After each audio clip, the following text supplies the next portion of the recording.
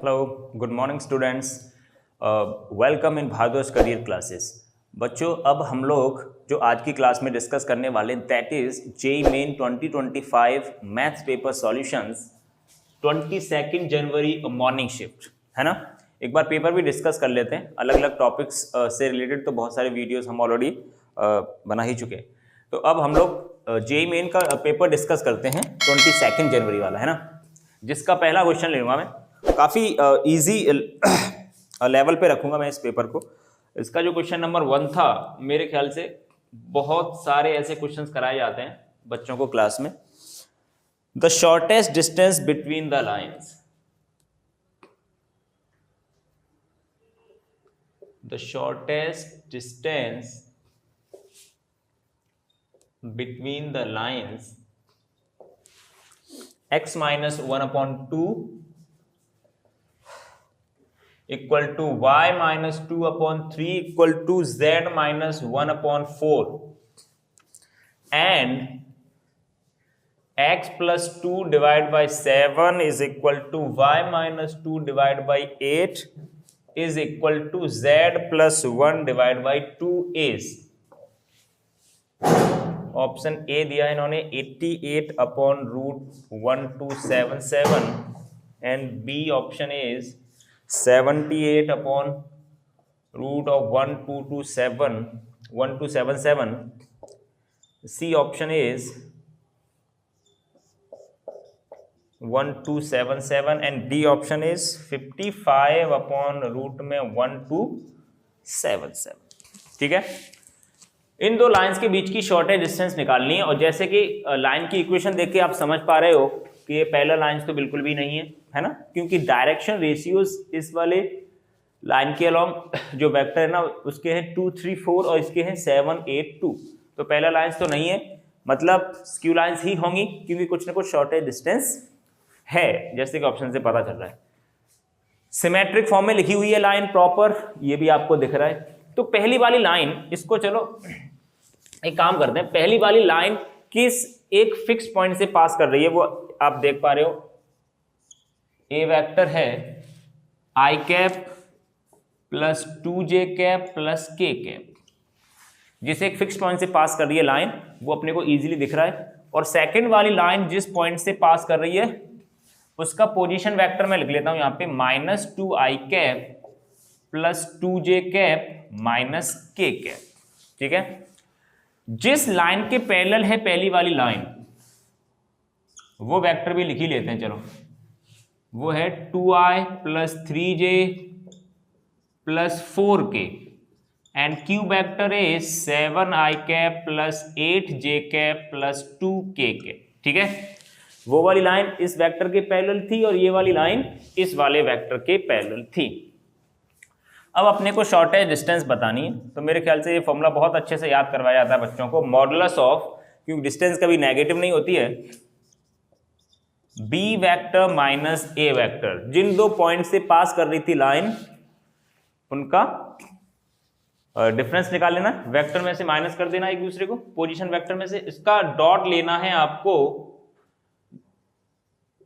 जिन vectors के दो line parallel थी उनका क्रॉस प्रोडक्ट डिवाइड बाय उसी वेक्टर का मैग्नीट्यूड, है ना। तो ये सारी चीजें आपको निकाल के रख लेनी है। b minus A P cross Q, वो डिटर्मिनेंट वाला वो यूज करके ऐसे अपन निकाल सकते हैं। तो एक बार मैं b माइनस ए निकाल लेता हूं।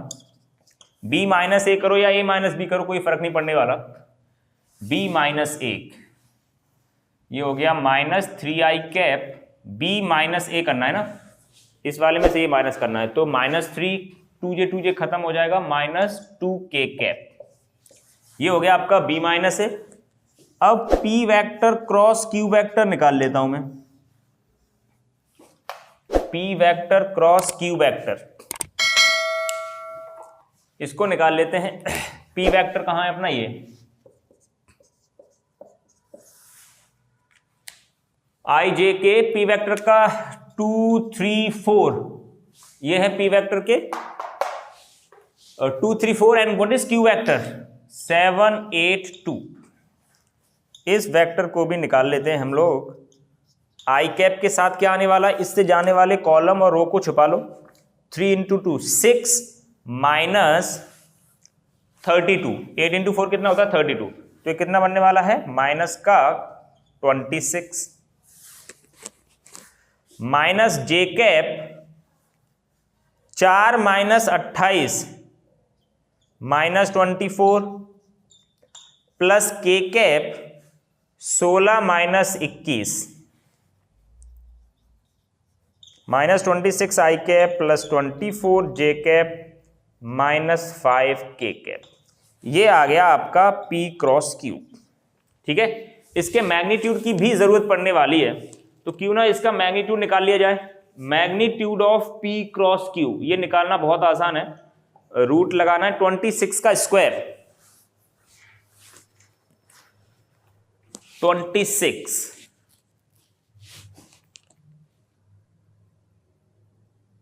676 प्लस 24 का स्क्वायर 576 प्लस 5 का स्क्वायर 25। जैसे कि आप देख पा रहे हो 6 6 12 5 17, नीचे तो मेरे ख्याल से 1 2 2 7 ही आ जाएगा, 6 5 11, उसकी टेंशन नहीं लेनी, डिनोमिनेटर तो सेम ही आने वाला है। अब आपको न्यूमरेटर में देखना है भाई क्या आने वाला है, तो न्यूमरेटर में आपको क्या लेना है, b माइनस ए का डॉट लेना है P क्रॉस Q के साथ, दिस डॉट दिस, तो आई कैप वाले आई कैप का मल्टीप्लाई करना है। 26 इंटू 3 कितना होता है 78 माइनस 20 माइनस के वालों का देखते हैं 5 इंटू 2 प्लस का 10, तो ऊपर आना चाहिए 88, मेरे ख्याल से इसी ऑप्शन में था, तो ए ऑप्शन करेक्ट हो जाएगा अपना। ठीक है, इस तरीके से बहुत ही आसान क्वेश्चन आया था शॉर्ट एंड डिस्टेंस का, जो कि क्लास में एनसीईआरटी में बहुत सारे क्वेश्चन करते हैं हम लोग। ये था आपका शॉर्टेस्ट डिस्टेंस का क्वेश्चन, 3 डायमेंशन से रिलेटेड एक क्वेश्चन था ये।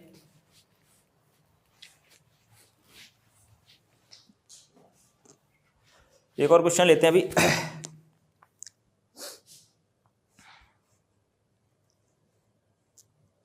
एक क्वेश्चन पूछा इन्होंने, if dx upon dy plus x upon y square is equal to 1 upon y cube, x of 1 is equal to 1, then x में हाफ डालोगे तो क्या वैल्यू मिलेगी। Option A is 2 minus e, B option is 3 minus e, C option is 5 minus e and D option is 7 minus e. ठीक है, ये है भाई आपका डिफरेंशियल इक्वेशन का, लीनियर डिफरेंशियल इक्वेशन का क्वेश्चन है ना। किस में लीनियर है ये, x में, जैसे कि आप देख पा रहे हो यहाँ पे x की पावर 1 है, कहने का मतलब x एक y का फंक्शन होगा, जैसे x is equal to y square plus 2y वगैरह वगैरह ऐसे करके, तो उसमें y को 1 डाला है तो x ने 1 दिया है, तो उन्होंने पूछा जब y की वैल्यू आप हाफ डालोगे तो क्या आने वाला है। x is the function of y, यहाँ पे सिंपल सा मतलब है। तो जैसे कि आप देख पा रहे हो यहाँ पे इंटीग्रेटिंग फैक्टर निकालना पड़ेगा अपने को, integrating factor will be e raise to power integration of 1 upon y square d y, है ना, क्योंकि p का काम कौन कर रहा है यहाँ पे 1 अपॉन वाई स्क्वायर, या फिर ऐसे समझो आप इसकी कंपेयर ऐसे कर सकते हो, dx upon dy plus px is equal to q। तो यहाँ पे जो इंटीग्रेटिंग फैक्टर आने वाला है that is y raise to power minus 2 dy, ये है आपका p 1 अपॉन वाई स्क्वायर, और y raise to power minus 2 का इंटीग्रेशन कितना होता है सब लोग जानते हो, माइनस 1 अपॉन वाई, वाई की power n plus 1 upon n plus 1, इतना कर लेंगे। अब सॉल्यूशन क्या आने वाला है इस डिफरेंशियल इक्वेशन का, x into integrating factor, x into integrating factor is equal to q, q है आपका 1 upon y cube into e raise to power minus 1 upon y d y. ठीक है, अब इसको बस इंटीग्रेट कर लेना इधर, तो ये वाई क्यूब को आप ऐसे समझो, ऐसे लिखाइए 1 अपॉन वाई स्क्वायर, है ना, क्लियर है।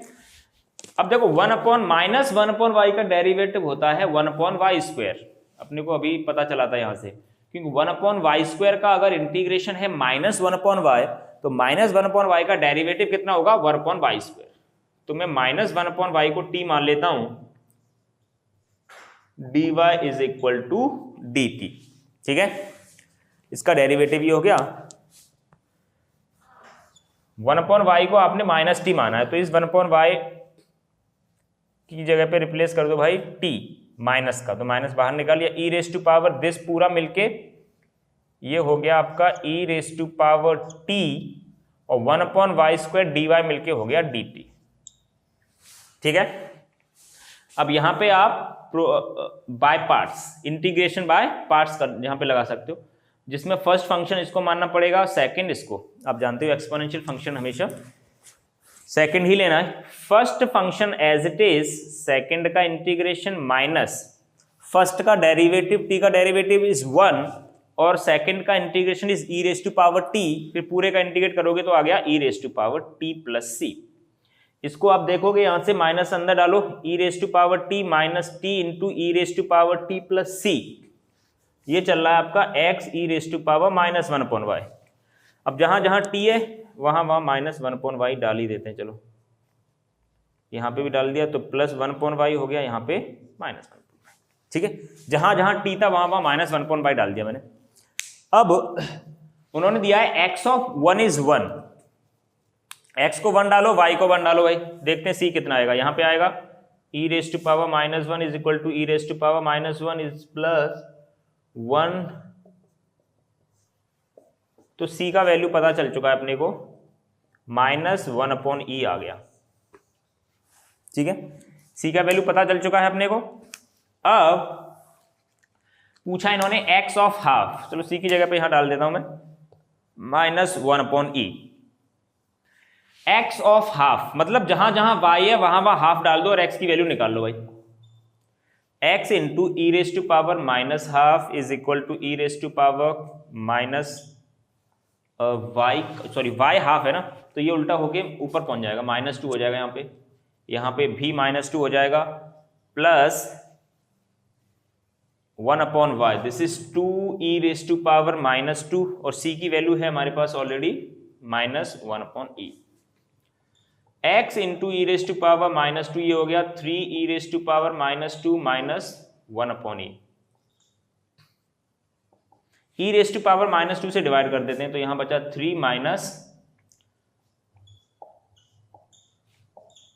This will be 3 minus e, 3 minus e value देगा ये, है ना।